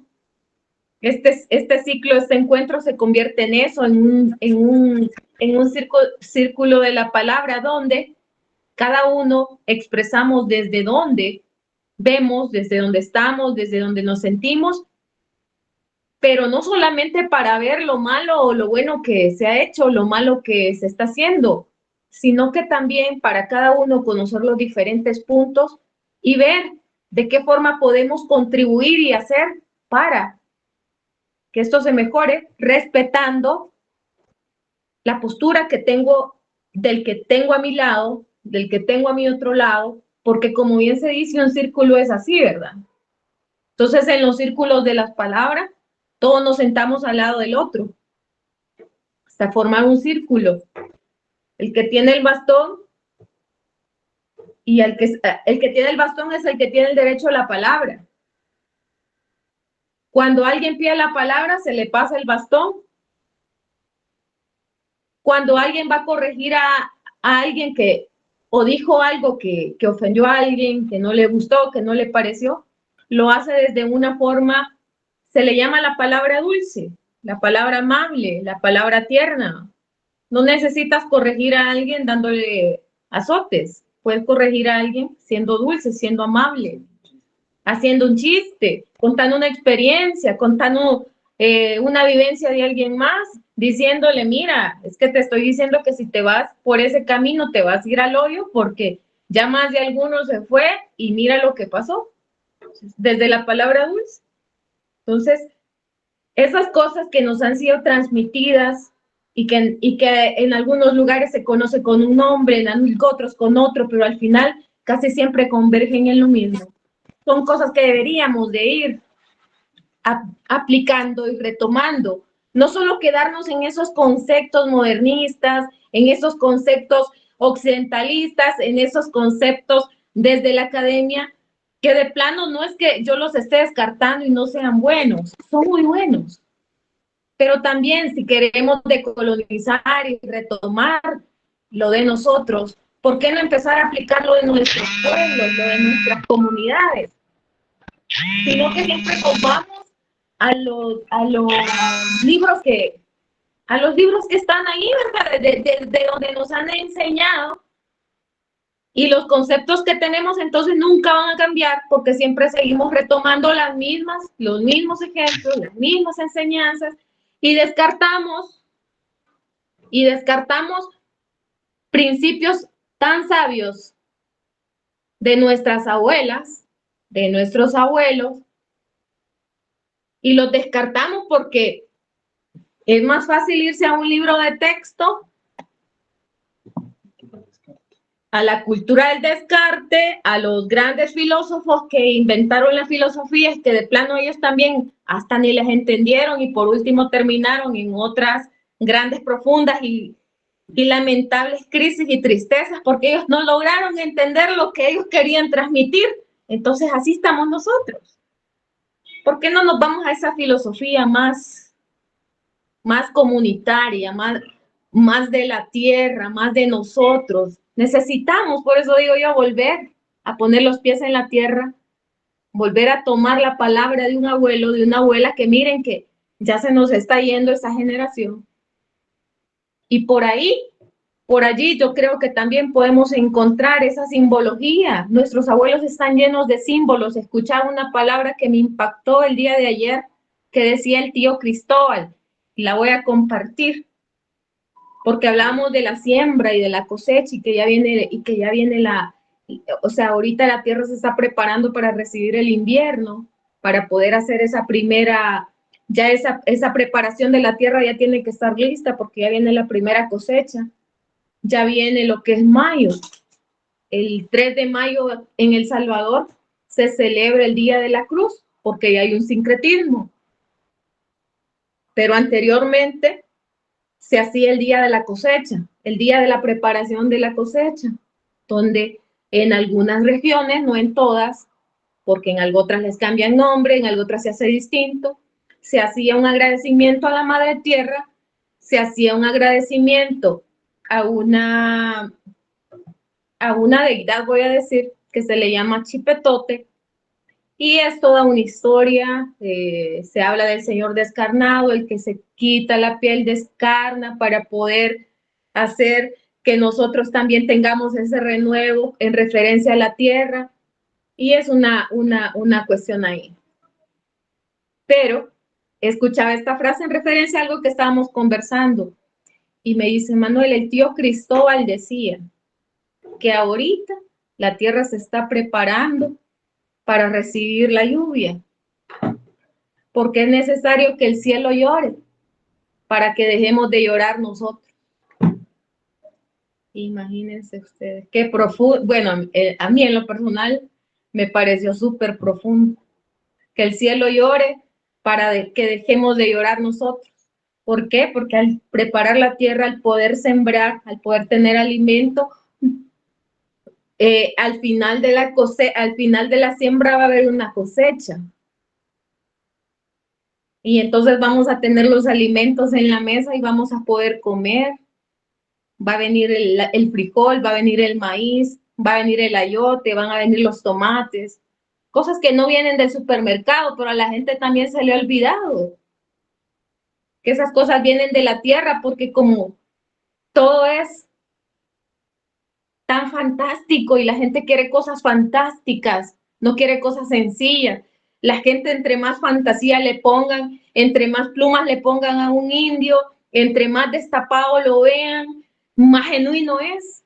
Pero si ya ven gente común y corriente como la que están viendo enfrente de ustedes, ya hasta dudan si uno es o no es, porque uno tiene que andar con plumas, comiendo carne cruda. Yo no sé cómo se lo imaginan a uno, pero muchas veces tienen esos conceptos. Entonces hay que empezar a desmontar esos conceptos, esos símbolos en los cuales hemos creído y es bonito, ¿verdad? Pero hay que desmontarlos ya, o sea, porque si no escuchamos la voz de nuestros abuelos y nuestras abuelas, nunca vamos a cambiar. Siempre vamos a seguir en estas discusiones, en estas charlas, siempre vamos, que son muy buenas, son muy bonitas porque nos vemos y nos encontramos, pero va a llegar el día en que nos toque trascender, el día que nos toque descarnar, y de plano vamos a estar exactamente lo mismo. ¿Y qué le vamos a heredar a los que vienen al lado nuestro, a nuestros niños, a nuestros jóvenes? ¿Qué les vamos a heredar? ¿Qué les estamos diciendo? Que los adultos no nos podemos poner de acuerdo. Entonces, ¿qué han hecho los jóvenes? Han creado su propia filosofía, ya no les interesa escuchar ópera, ya no les interesa saber del renacentismo, ya no les interesa muchas de las cosas que nos interesan a nosotros. ¿Por qué? Porque nunca nos pusimos de acuerdo, entonces crearon sus nuevas formas, sus nuevos símbolos, sus nuevos elementos. Ya, imagínense, no conocen ni a Queen, les iba a decir, porque así estaba un día, un concierto, un día de esto, no conocen quién es Freddie Mercury y Queen, en uno de esos conciertos que había allá, y decía la que estaba, ¿cómo puede ser que no conozca al que estaba tocando la guitarra? Es de los legendarios de Queen, y los jóvenes así, mírenme, y diciendo, ¿y aquí qué vaina pasa? ¿Qué está sucediendo? Ajá, exacto. Entonces, pero necesitamos ponernos de acuerdo nosotros y empezar a desmontarnos esos pensamientos para poder dejar ingresar. Yo sé que a veces nos cuesta, porque somos adultos y ya estamos tan alineados y ya nos cuesta tomar otros conceptos, pero es tiempo de volvernos a ese círculo de la palabra, volvernos a escuchar, ver las diferencias y a partir de esas diferencias ver qué más le podemos aportar a este mundo y este tejido. Gracias. Bueno, Está Edu, gracias. Edu, que está pidiendo la palabra. Sí, Ferran. sí, sí. Yo acá desde la oscuridad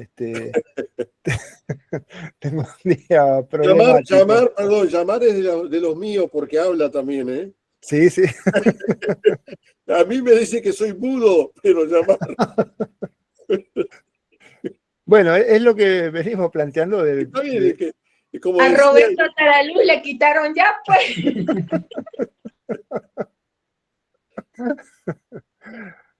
ya me están sacando. Bueno, no, digo, es lo que venimos planteando desde que empezamos la reunión de hoy.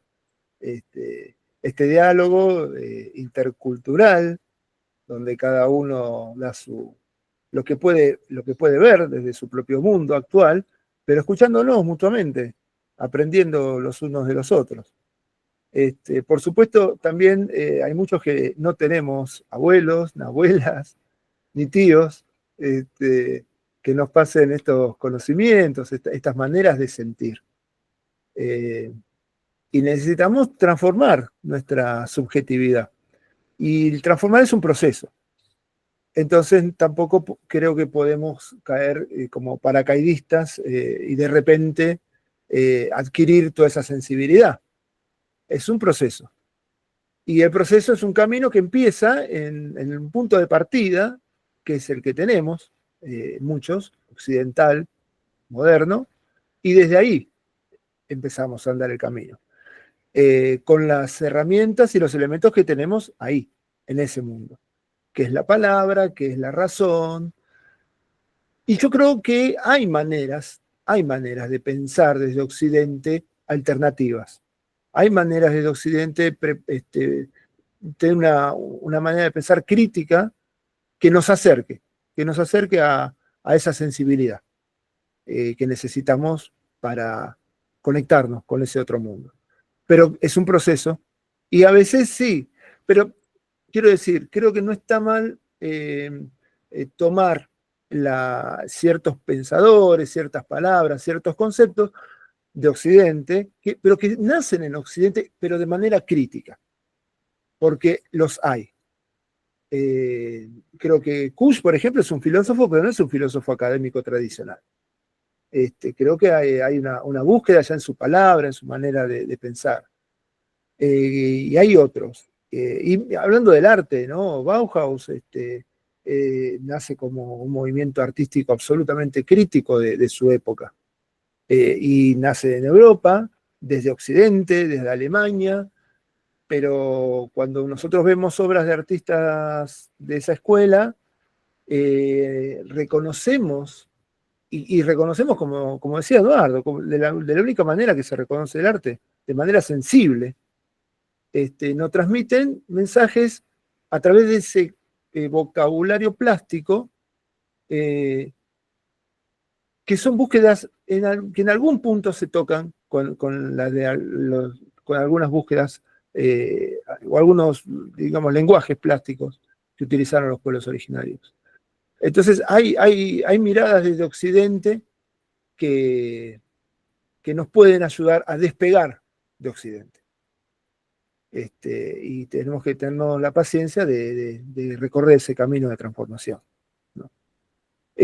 Bueno, tenemos a Edu y después a Edgar y después vamos a intentar ir redondeando porque obviamente puede salir el sol y me puede volver a iluminar. Y vamos a seguir hablando porque el tema es infinito, pero por eso la idea es que esto sea un ciclo, ¿no? En principio que nos encontremos una vez por mes y ya vamos a ver de qué manera lo instrumentamos. Pero bueno, como para ir redondeando hoy, propongo Edu, Edgar y ya más o menos vamos a ir cerrando por hoy. Algunos ya empezaron a dormirse, otros se fueron y es absolutamente lógico. Edu, por favor, adelante. Habías levantado la mano. Edu Díaz. A ver, Edu, perdón. No había visto el acento. A ver, Edu. No, está, me Ahí dormí yo está. también, tranqui. Cedo la palabra, cedo la palabra. Ah, bueno. Eh, Les comento que ahí en el chat envié un enlace para ver un corto que tiene que ver con la cosmovisión charrúa. Está, nada más eso. Quería comentar alguna cosa más, pero bueno, ya es muy tarde. Gracias. Bueno, gracias, Edu. Perfecto, queda ahí a disposición de todos, así que bueno, vamos a verlo después. Edgar, entonces, y vamos cerrando.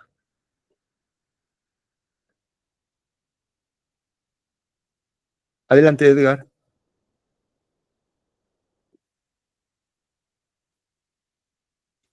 A ver, micrófono, Edgar. Ahora, sí.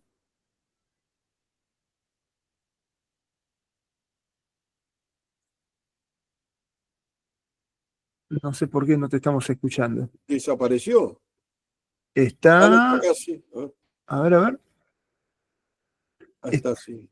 Está habilitado el micrófono, Edgar, pero no sale la voz, no sé por qué. A ver, ahí hay unos ruiditos. Hay unos ruiditos, Ahí está. pero son Oye, indescifrables. ahora Ahí sí, a ver. Ahí empezó a escucharse algo. A ver, Edgar, parece que hay un falso contacto.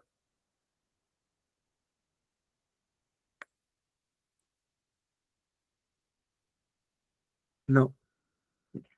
Pero había unos ruidos, ¿eh? O sea, como que hay algo que no está haciendo contacto, Él parece. está, pero no está escuchando, me Es que no está parece. hablando, No está escuchando, él no nos está escuchando, me parece. por lo menos no está ¿Escuchás, hablando. Edgar? A ver, Mira que no pulgar. habla. No está ahí. Bueno. Ajá, aló, ahora sí. Ahora Ahora sí. sí. Ah, bueno, Edgar. Ahí va. Vamos arriba. Wow. Bueno, buenas noches. De verdad que contento nuevamente, activado aquí con todos ustedes. Emocionado de oír a todo el grupo, el amigo Eduardo, siempre con ese maravilloso conocimiento que nos deja en cada encuentro. A los nuevos amigos que veo hoy, algunos que no conocía, otros que sí. A la amiga Silvia, encantado nuevamente de estar aquí con ella. Y bueno, Roberto, gracias por esta invitación. Quiero manifestar que yo vivo en Venezuela y en mi estado natal, allí no hay pueblos indígenas. Y cuando yo me caso, a los 27 años, me mudo a un estado vecino donde hay 5 comunidades indígenas. Recuerdo que en el 1998 yo iba pasando por la ciudad y venía un muchacho indígena joven llorando, y el muchacho lloraba y lloraba y lloraba. Y recuerdo que él se me acercó a mi lado y los dos caminamos juntos. Y él empezó a narrarme lo que le pasaba. En esa época, ¿verdad? El indígena era tratado en esta ciudad como un animal y se le decía de esa manera, verbalmente, y se le trataba físicamente como un animal. Este muchacho, entre varias personas, lo golpeaban y lo golpeaban y lo golpeaban, y por último, bueno, lo dejaron ir, y ahí es cuando él se encuentra conmigo y me narra esa situación que acababa de vivir. Bueno, yo recuerdo que ese muchacho continuó su camino y yo quedé en ese momento, esa experiencia me determinó algo en mi cabeza, ¿no? Y me hice esta pregunta: ¿qué puedo hacer yo para dar a conocer esta cultura desde el arte? O sea, esa pregunta yo me la hice en ese instante y empecé a buscar, ¿no? Fue un proceso de más de 25 años, el cual pues en las artes yo soy fotógrafo y pintor. En la fotografía trabajo en la fotografía documental. Entonces desde la fotografía empecé a hacer los retratos de toda esta comunidad, de todo este pueblo indígena llamado Wayuu. Este pueblo Wayuu, conocí su idioma, conocí su gastronomía, conocí su antropología, su cosmovisión. O sea, empecé a convivir con familias y con comunidades netamente indígenas para saber qué era lo que yo quería transmitir en estas imágenes, en estas fotografías. Fue un proceso lento, el cual pues me llevó a madurar una serie de trabajos que denomino Chiakwa Wayuu. Chiakwa Wayuu significa expresión de la madre, expresión de la matriarcado. Entonces, a partir de la imagen, a partir del retrato, a partir de la expresión, yo empecé a trabajar esa imagen psicológica del indígena, del elemento matriarcal, y desde cómo expresar por medio de un retrato toda una cultura. Bueno, ese trabajo yo lo desarrollé. Es un trabajo que ya está listo. Aún no lo he publicado, es inédito. Ha sido un proceso de investigación y de estudio y de preparación. Bueno, pero hasta el momento pues no he logrado conectar pues los elementos que me puedan dar a mostrar esta obra que resume la cosmovisión de un pueblo indígena de Venezuela. Quería manifestar eso para enriquecer un poquito esta convivencia con todos ustedes, y que yo sé que el aporte de cada uno nos deja una puerta abierta maravillosa para poder profundizar en ese sentir, en esa voz interna de nuestros indígenas, y ver desde el arte qué podemos hacer. Como me hice esa pregunta hace más de 25 años, y eso me llevó a esa curiosidad, a esa inquietud, a conocer algo y un mundo que desconocía hasta ese momento. No sabía absolutamente nada, porque en mi pueblo, en mi estado donde nací, no hay pueblos indígenas. Y en este otro estado, pues bueno, fue donde por primera vez en la vida tuve la primera impresión de un indígena. Para mí fue algo increíble, algo que no lo creía, ¿no? Recuerdo aquella vez que conocí los primeros amigos indígenas. Hoy en día, pues he caminado bastante con ellos, y de verdad que quisiera mostrar este trabajo, ¿no? Pero hay todavía pues que trabajar en eso, pues. Muchas gracias, de verdad, y bueno, y espero que en algún momento puedas compartirle algo de este maravilloso trabajo. Gracias. Bueno, bárbaro. Gracias, Edgar. Bueno, ya vamos cerrando por hoy, entonces, si están de acuerdo. Quienes participaron hoy son de distintos grupos. En todo caso, quizás se me ocurre incluirlos en un grupo de WhatsApp que yo ya tengo armado con muchos de ustedes, y quizás los que quieran los podría sumar a ese mismo grupo como para mantenernos conectados, y a través de ese grupo escuchar propuestas para el próximo encuentro. No sé, llamar, Manuel, ¿qué les parece? Como para organizarnos un poquito, y desde ahí tenemos un mes, digamos, no el mes entero, pero un tiempo como para debatir un poquito, a ver con qué tema usamos como disparador, más que nada, ¿no? Porque después los temas se multiplican hasta el infinito. Pero bueno, me parece que quienes quieran me manifiestan a mí, o lo manifiestan dentro del grupo de WhatsApp en el que estaban, que los sume a ese grupo en el que ya están, por ejemplo, Luis, Edgar, Silvia, Eduardo. Curiosamente, llamar no, pero no importa, te sumo enseguida. Jorge, también sé que está. Y bueno, y los que no están ni quieren, los sumo a ese grupo como para estar todos comunicados. Y entonces por ahí vamos armando lo que sería la próxima reunión. Susana, perfecto. Bueno, me parece, Y nada, pedirle esto. a él si Sí, nos puede compartir el link del video, que yo lo quise copiar, pero no pude. Si nos lo puede compartir para el link que compartió de YouTube. sí, bueno, o sea, Que lo envíe por WhatsApp, por favor. esto lo estoy grabando, así que después lo pongo en el canal de YouTube y comparto para que todos tengamos acceso. Y prometo que para la próxima voy a hacer nuevas pruebas como para llegar bien al día de la reunión y no tener los problemas que tuve hoy. Y también muchas gracias a Edgar, el gran trabajo impresionante el trabajo. Queremos verlo. Sí, Sí. claro, por supuesto.